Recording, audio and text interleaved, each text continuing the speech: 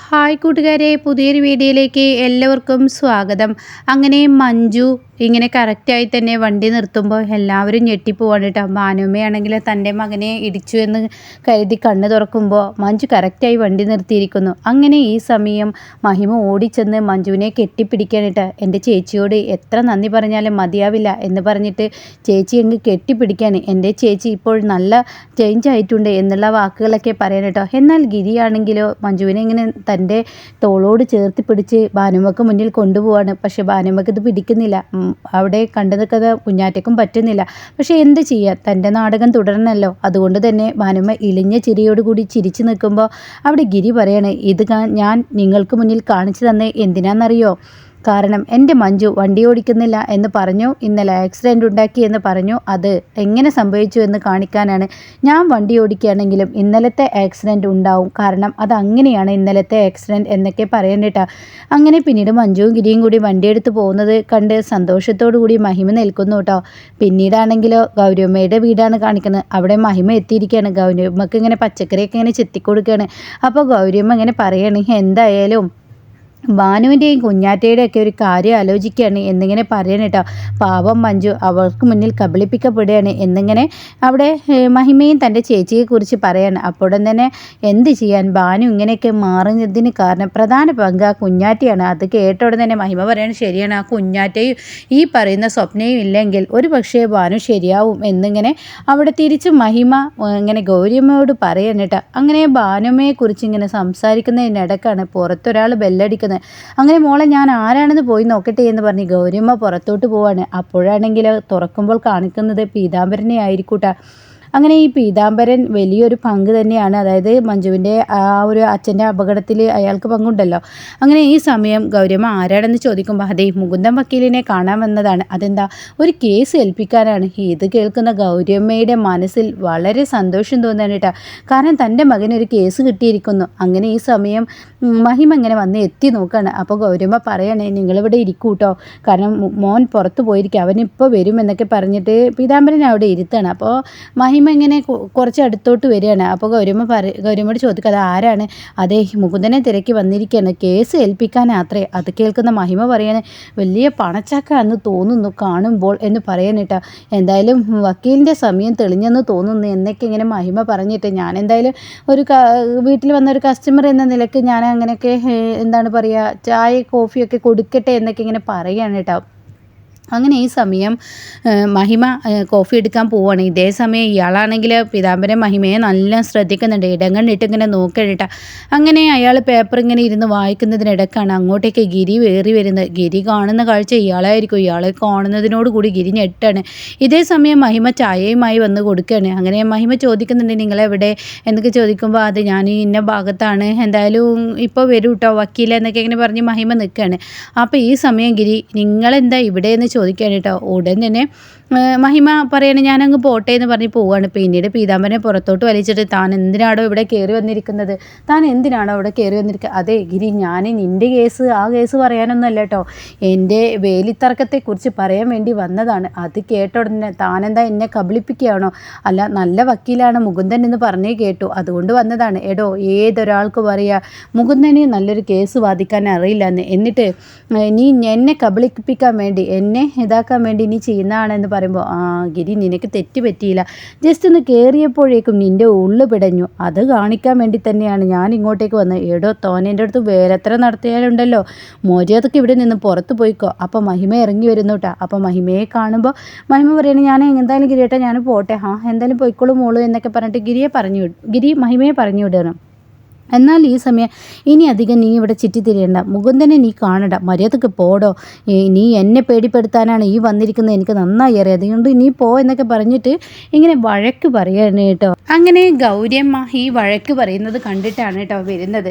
അപ്പോൾ മുകുന്ദനെ കാണാൻ വന്ന ആ ക്ലയൻറ്റിനോട് ഇങ്ങനെയൊക്കെ പെരുമാറുന്ന ഒരിക്കലും ശരിയല്ലെന്ന് ഗൗരിയമ്മക്ക് മനസ്സിലാവണം. അങ്ങനെ ആട്ടി ഓടിച്ച് വരുന്നതായിരിക്കും, പീതാംബരനെ ആട്ടി ഓടിച്ച് വരുന്ന ഗിരിയായിരിക്കും ഗൗരിയമ്മ കണ്ടുവരുന്നത്. അങ്ങനെ അയാളങ്ങ് പോവുകയാണ്. ഇതേ സമയം ഗൗരവ ദേഷ്യത്തോടു കൂടി വന്നിട്ട് പറയണം, നീ എന്ത് പണിയാടാ കാണിച്ചത്?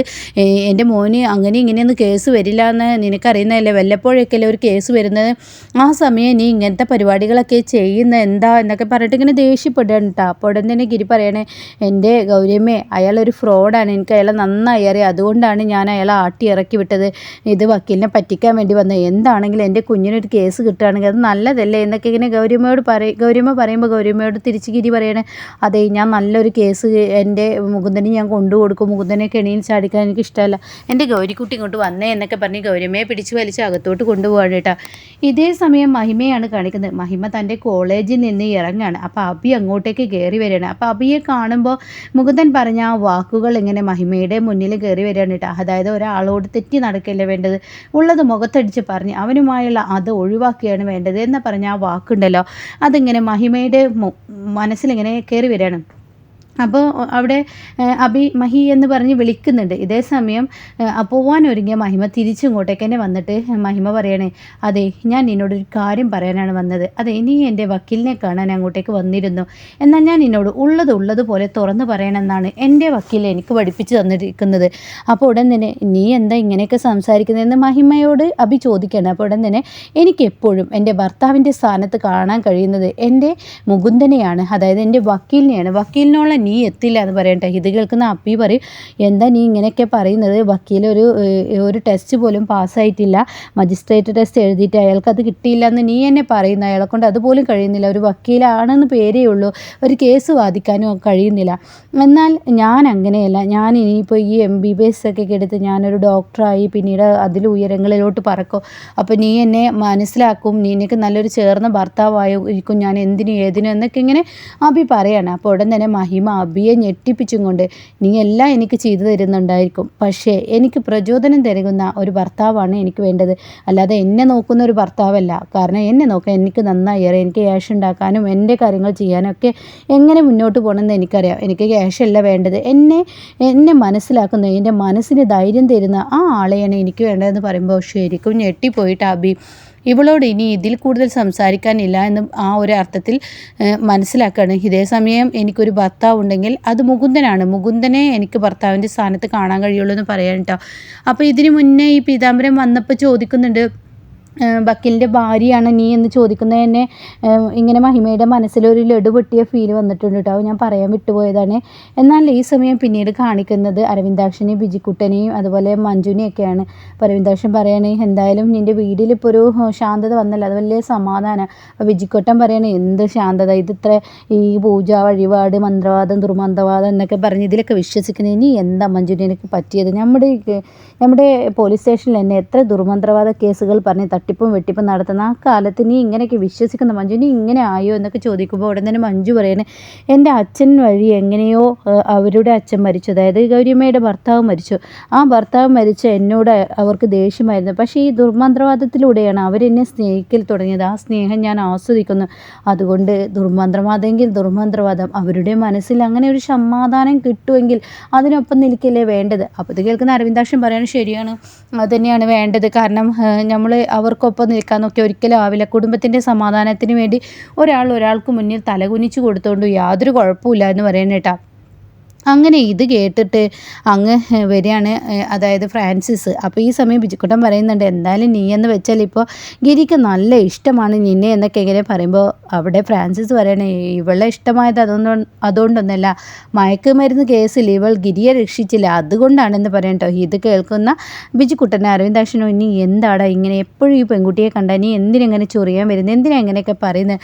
അപ്പോൾ അവൻ തന്നെ ഫ്രാൻസിസ് പറയണേ, എനിക്കുള്ളതുപോലെ പറയണം, കാരണം ഇവളൊരു പോലീസ് കോൺസ്റ്റബിൾ ഇന്നായത് അത് മാധവൻ്റെ സ്ഥാനത്തല്ല, ആ സ്ഥാനം ഇവൾക്ക് കിട്ടിയതാണ്, അല്ലാതെ ഇവൾക്ക് പഠിച്ച് നേടിയെടുത്തതല്ല എന്നുള്ളത് ഓർക്കണം. കാരണം മാധവൻ എന്ത് പറയുകയാണെങ്കിലും കള്ളും വള്ളവും തട്ടിപ്പും വെട്ടിപ്പിനൊന്നും ഒരിക്കലും കൂട്ടു നിൽക്കാത്ത ആളാണ്. പക്ഷെ മകൾ അങ്ങനെയല്ല, മകൾ തിരിച്ച് ചെയ്തിരിക്കുന്നു. അത് ശരിക്കും മഞ്ജുവിൻ്റെ ഉള്ളിൽ പൊള്ളലാവണം കേട്ടോ. ഇതേ സമയം ബിജുക്കുട്ടനും ഫ്രാൻസിസിനോട് പറയാണ്, നീ ഒരു കാര്യം ആലോചിച്ചോ, ഇന്ന് മഞ്ജു എന്ന് വെച്ചാൽ ഗിരിക്ക് ജീവനാണ്. അങ്ങനെയുള്ള ഗിരിക്കിടയിൽ നീ ഒരു പ്രശ്നമുണ്ടാക്കി കഴിഞ്ഞാൽ, മഞ്ജുവിന് വേദനിച്ചു എന്നറിഞ്ഞു കഴിഞ്ഞാൽ ഗിരി നിന്നെ എന്താ ചെയ്യാന്ന് നീ ഓർക്കുന്നത് നല്ലതാണ്.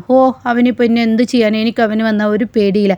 ദേഹത്ത് തൊട്ട് കളിച്ചിട്ട് പിന്നെ പറഞ്ഞിട്ട് കാര്യമില്ല. അതുകൊണ്ട് നീ വായ അടക്കി ഒതുക്കി നിന്നോ എന്ന് പറയുമ്പോൾ ഞാൻ ഉള്ളതുപോലെ പറയുമെന്ന് ഫ്രാൻസിസ് പറയാൻ കേട്ടോ. അപ്പോൾ അങ്ങനെയൊക്കെ ഒരു സീനിലാണ് ഇന്നത്തെ എപ്പിസോഡ് നിർത്തിയിരിക്കുന്നത് കേട്ടോ.